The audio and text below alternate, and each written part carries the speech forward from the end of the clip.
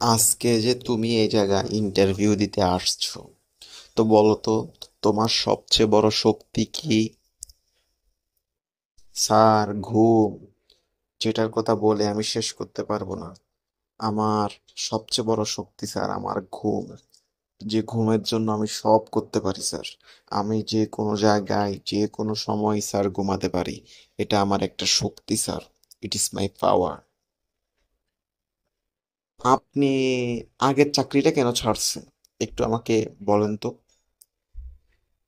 Sir, কি বলবো আর দুঃখের কথা। ওই চাকরি আমাকে ঘুমাতে দিচ্ছিল না স্যার। আমার সঠিক সময়ে সঠিক কাজ ঘুমানো, সে ঘুমটায় আমি যেতে পারতাম না স্যার। ওই কারণে ওই চাকরি আমি ছেড়ে দিয়েছি স্যার। যে চাকরি আমাকে ঘুমাতে দেয় না, সে চাকরি আমি কেন করব বলেন?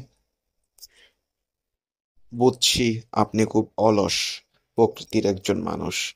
তো আপনি সবকিছু বাদ দিয়ে আমাদের কোম্পানিতে জয়েন করতে চাচ্ছেন কেন? আমাদের কোম্পানিতে কি এমন দেখছেন যে আপনি আমাদের কোম্পানিতে অ্যাপ্লাই করছেন? স্যার, আপনাদের কোম্পানি আমার খুব ভালো লেগেছে স্যার। আপনাদের কোম্পানিতে সকাল 11টা থেকে কাজ শুরু, যাতে আমি ঘুমাতে পারি সুন্দর মতো। আমার ঘুমের কোনো ব্যাঘাত ঘটবে না স্যার। এই কোম্পানিতে জব করলে আমি আরামসে কাজ করতে পারবো, যেহেতু 11টা বাজে শুরু কাজ। এই কারণে স্যার অ্যাপ্লাই করছি। হুম। আমার নেক্সট প্রশ্ন, আপনি যদি একটা খাবার হতেন, তাহলে কোন খাবার হতেন? ও স্যার, আমার তো সবচেয়ে পছন্দের খাবার বিরিয়ানি স্যার। কারণ আমি বিরিয়ানি হতাম। কারণ বিরিয়ানি হলে সবাই আমাকে ভালোবাসতো স্যার। বিরিয়ানি হলে সবাই আপনাকে ভালোবাসবে?